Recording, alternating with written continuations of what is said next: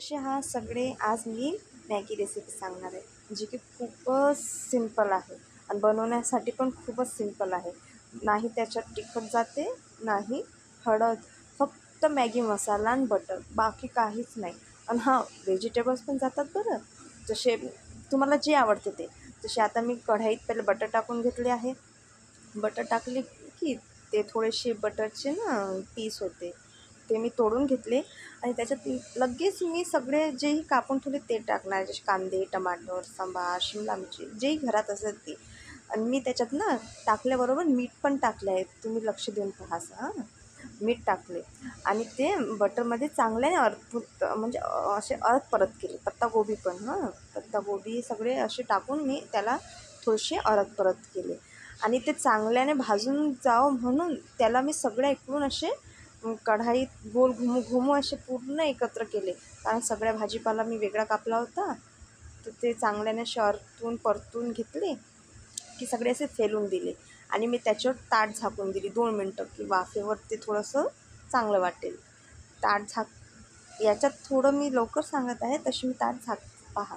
ताट झाकले की लगेच मी ताट 2 मिनटातच काढली, जास्त वेळ नाही.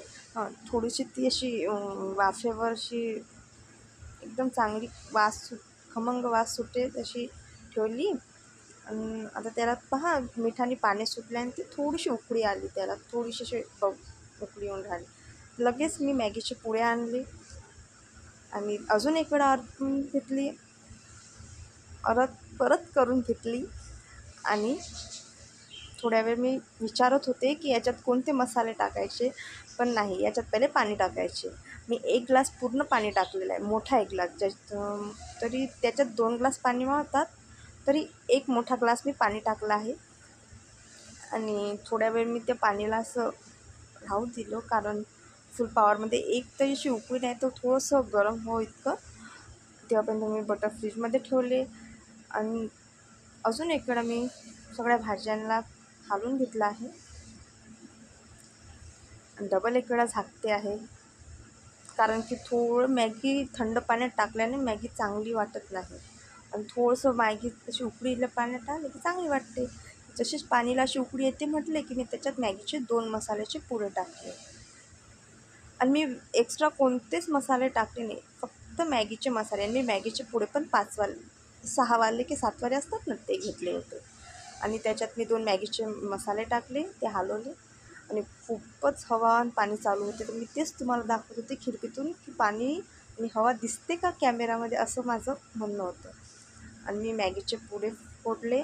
मॅगीचे ना एका मॅगीचे 2 तुकडे केले, कारण ते ना बरोबर सगळ्या भाज्या तसे मिक्स होते मॅगी, नाही तर मॅगी एकीकडे आणि भाजी एकीकडे असते.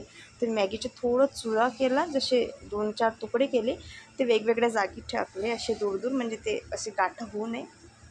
आणि त्याला मी हलवून घेतले, परत करून घेतले आणि पूर्ण असे आणि मी दाखवत होते की मी ही मॅगी घेतली आहे.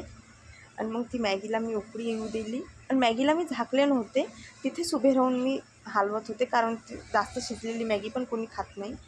आणि चांगल्याने मॅगी भाजली, म्हणजे शिजली, बस थोडंसं झाकून ठेवले की अजून चांगली वाटते म्हणून मी.